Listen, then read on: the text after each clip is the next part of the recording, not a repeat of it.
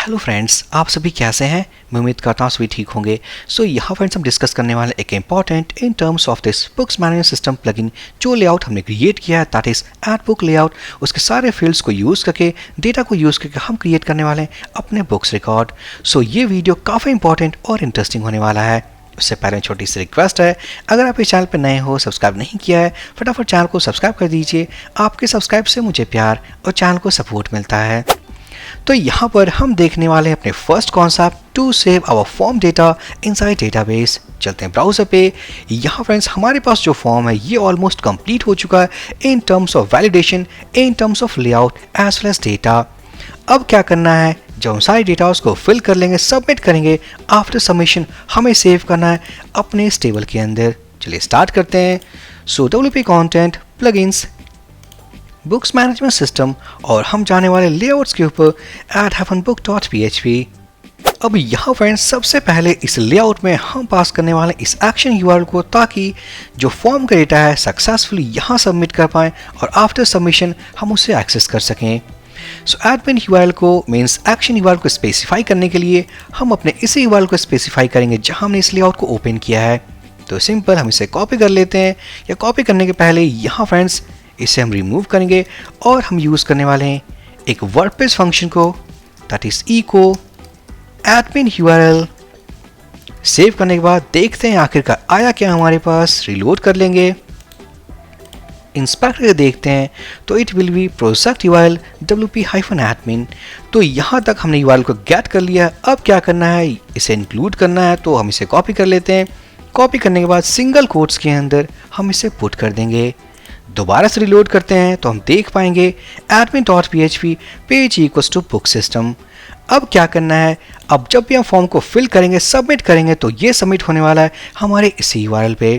तो जैसा कि हम जानते हैं इस URL से हमने ओपन किया अपने इस एड बुक लेआउट को, तो उसी के अंदर हम इसे एग्जीक्यूट करके हैंडल करने वाले हैं अपने इस फॉर्म सबमिशन डेटा को। चलते हैं एडिटर में, हम जाएँ क्लास फाइल के पास।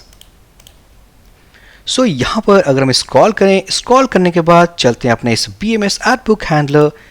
तो यहाँ friends for the time being अगर मैं करूँ प्रिंट R और सारे के सारे रिक्वेस्ट को प्रिंट कर दूँ, प्रिंट करने के बाद हम रिलोड करते हैं। रिमेंबर यही वो लेआउट है, मीन्स URL है जिस URL को यूज़ करके हमने इस लेआउट को रेंडर किया है। तो कहने का मतलब है जब हम डेटा को सबमिट करेंगे तो आफ्टर सबमिशन सारे के सारे पैरामीटर्स को हम प्रिंट करने वाले हैं।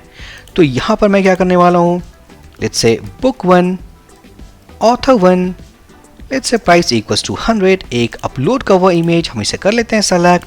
अब हम क्लिक करें सबमिट बटन पे। तो ओके हमें एक और पैरामीटर मेंशन करना है अपने एक्शन URL के साथ, that is method equals to post, क्योंकि बाय डिफॉल्ट हम सारे पैरामीटर्स को देख सकते हैं अपने इस URL में। तो हमने सेव कर दिया, वापस से रिलोड करते हैं। रिलोड करने के बाद एक और काम करते हैं। फर्स्ट यहाँ जाएंगे, सो echo peer टैग यूज़ कर लेते हैं और यहाँ से इन दोनों लाइन्स को कट करके अगर मैं यहाँ पेस्ट कर दूँ एट द एंड, सेव करने के बाद हम रिलोड करते हैं। अब हम पास करते हैं data, so book 1 author 1 book price and a cover image. करते हैं सबमिट। ओके हम देख पाएंगे एट फुटर हमारे पास कुछ रिस्पॉन्स है, that is page equals to obviously page equals to book system, उसके बाद book name, author name, book price and cover image. तो सक्सेसफुली हमारे पास सारा डेटा रिट्राइव हो चुका है हमारे इसी लेआउट पे। अब क्या करना है, डेटाबेस के कॉन्सेप्ट को यूज़ करके सेव करना है। चलते हैं एडिटर में, यहाँ क्या करेंगे, फर्स्ट हम इसे रिमूव कर देंगे। जबकि ये क्लास बेस्ड कॉन्सेप्ट है तो उसके लिए हम क्रिएट करेंगे एक न्यू मेथड नीचे और डिफाइन कर लेते हैं एक private function block. So private function let's say save book data. अब यहाँ क्या करने वाले, फर्स्ट एक और बात, इस कॉन्सेप्ट मीन्स जहाँ हमने बुक को सबमिट किया यहाँ आप यूज़ कर सकते हो नॉन्स जैसे कॉन्सेप्ट को इनसाइड वर्डप्रेस फॉर्म सिक्योरिटी।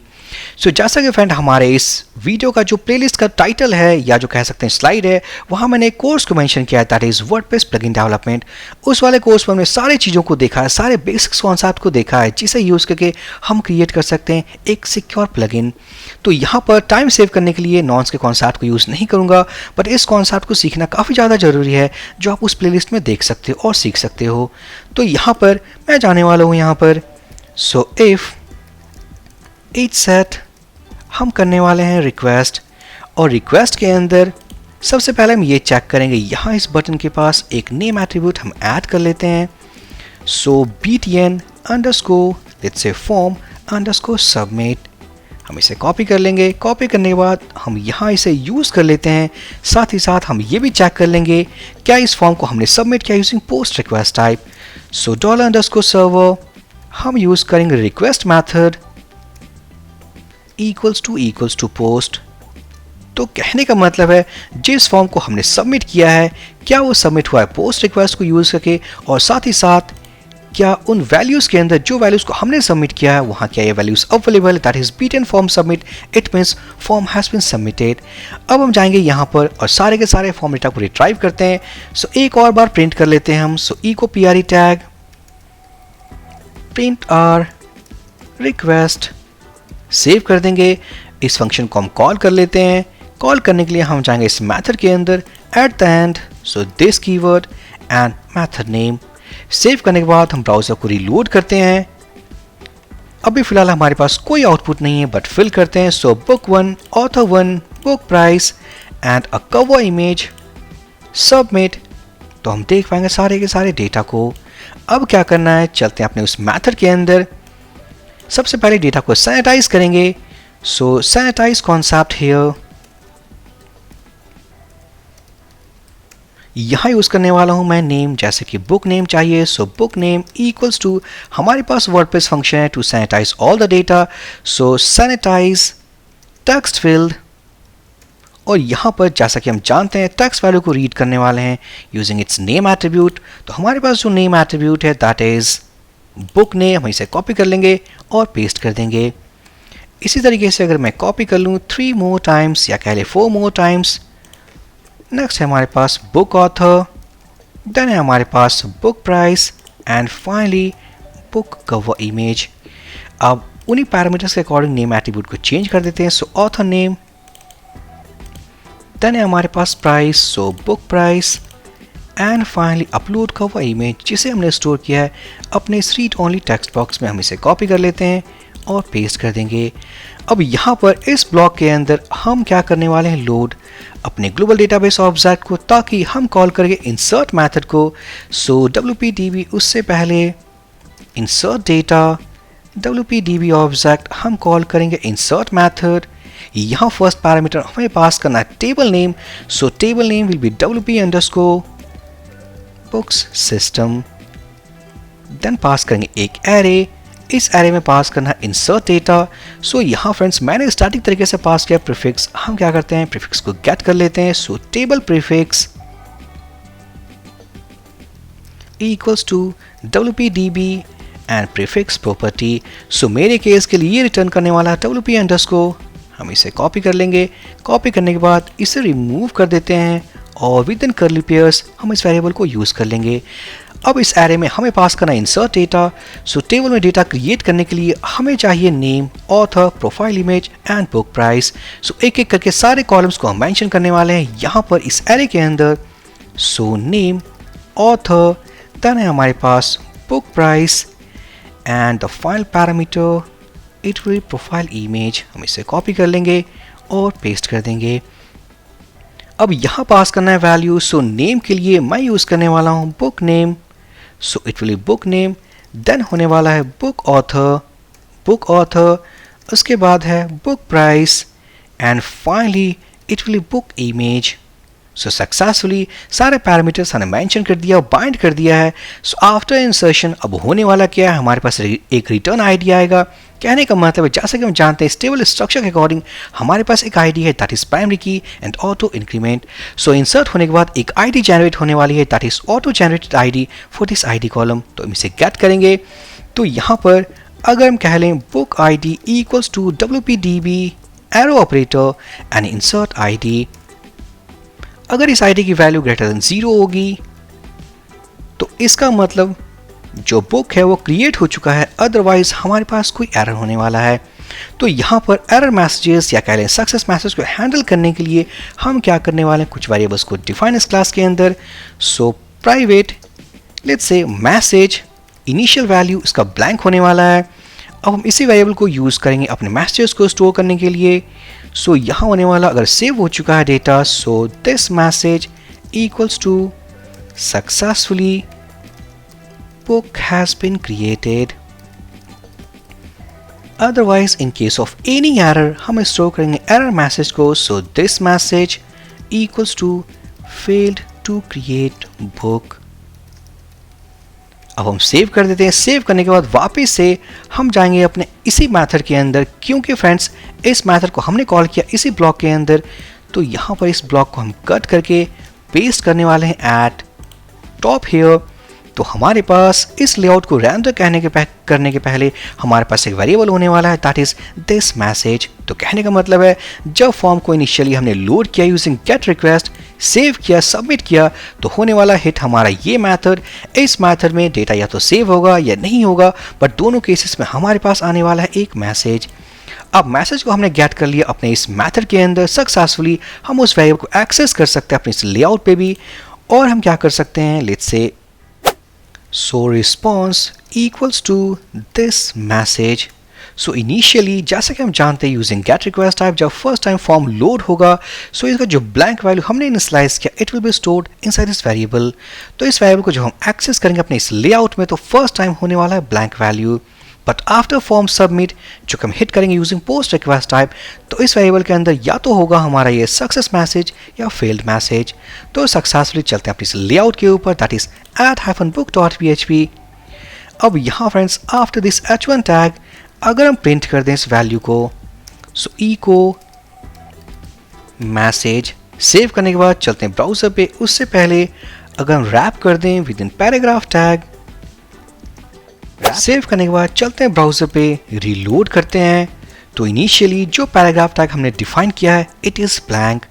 अब यहाँ क्या करने वाले, डेटा को सेव करते हैं, so book 1, author 1, book price, cover image save करने वाले हैं। So after submit okay again it is blank. जाएंगे डेटाबेस टेबल के अंदर तो हम देख पाएंगे book has been created, but यहाँ हमारे पास कोई मैसेज नहीं आया। Let's go and check why it is happening. Okay क्योंकि जो वेरिएबल हमने यूज किया दैट इज रिस्पॉन्स, हम इसे सेव कर देते हैं, रिलोड कर देंगे। So let's say book 2, then होने वाला है author 2 let's say 200 and cover image, select button, click on submit, तो हम देख पाएंगे successfully book has been created. चलते हैं रिलोड करेंगे, बुक हैज बीन क्रिएटेड। अब यहाँ पर इस मैसेज को थोड़ा CSS देख के हम बेहतर तरीके से डिस्प्ले करा सकते हैं। सो सिंपल हम इसे इंस्पेक्ट करते हैं। इंस्पेक्ट करने के बाद इट्स अ पैराग्राफ टैग, तो फर्स्ट हम देने वाले हैं it's a background equals to green, और उसके बाद थोड़ा पैडिंग दे देते हैं, so padding equals to 5 pixel. Let's say border radius equals let's say 5 pixel, और यहाँ मैं कलर कर दूँ equals to white, so it's white colour. साथ ही साथ थोड़ा मार्जिन लेफ्ट दे देते हैं टेक्स्ट वैल्यू को, या रहने देते हैं इट्स ओके। हम इन सभी CSS को कॉपी कर लेंगे। कॉपी करने के बाद चलेंगे यहाँ पर, अभी फिलहाल के लिए मैं अगर इनलाइन यूज़ कर लूँ या मैं स्पेसिफाई कर लेते हैं एक ID, लेट्स अ रिस्पॉन्स, या कह सकते हैं सेव -response। उसके बाद हम ओपन करते हैं style.css from books management system. यहाँ होने वाला है, हम उस ID को कॉपी कर लेते हैं, यहाँ हम क्लास भी स्पेसिफाई कर सकते थे, बट ID इज ओके।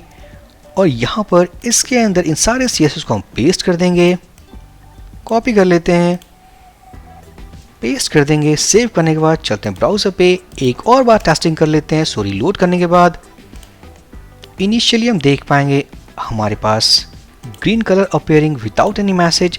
तो हम क्या कर सकते हैं, फर्स्ट हम चेक लगा सकते हैं अपने इसी लेआउट पे, इसका वैल्यू अगर एम्प्टी नहीं है, if okay with in PHP tag, so PHP tag यहाँ यूज़ करने वाला हूँ मैं not empty means empty PHP function. यहाँ पास करने वाले रिस्पॉन्स वेरिएबल को अगर ये एम्प्टी नहीं है, इसका मतलब कोई मैसेज है इसके अंदर, तो सिंपली तभी हम उसे करेंगे प्रिंट। अब सेव करने के बाद यहाँ हमने मैसेज को फॉर्मेट कर दिया कंडीशन वाइज। सेव करने के बाद करते हैं रिलोड, तो हम देख पाएंगे now it has been removed. अब यहाँ क्रिएट करने वाले हैं, so book number 3, author 2, book price let's say 100, cover image, select button, submit, book has been created, reload करेंगे, book has been created.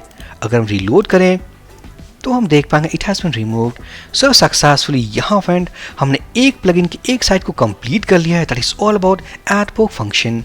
इसे कंप्लीट करने के लिए हमने काफ़ी कुछ कवर किया है, जैसे कि फर्स्ट हमने सब मेन्यूज़ को ऐड किया, लेआउट को क्रिएट किया, वैलिडेशंस को इंप्लीमेंट किया, इस मीडिया अपलोड फंक्शन को हैंडल किया and finally we have saved all the data inside table. तो कहने का मतलब इस प्लगइन का जो फर्स्ट फंक्शन है ऑल अबाउट सेव डेटा हमने कंप्लीटली कर लिया है अपने इस प्लगइन डेवलपमेंट में। अब हम देखने वाले hopefully all about the core concept of this playlist, that is all about WordPress list table. So finally from next video हम स्टार्ट करेंगे basics concept of WordPress table, जहां यूज करने वाले without any third party plugin एक tabular format जो WordPress का by default है। सो ये प्लेलिस्ट काफ़ी इंटरेस्टिंग और इंपॉर्टेंट होने वाला है। सो फ्रेंड्स, अभी तक इस प्लेलिस्ट में हमने काफ़ी कुछ सीखा है, काफ़ी कुछ देखा है to create a layout to save data inside our database table. So please like कर दे, कमेंट कर दे, चैनल को सब्सक्राइब कर दे। हम मिलते हैं नेक्स्ट वीडियो में। So for this session guys, thank you for watching and have a great day.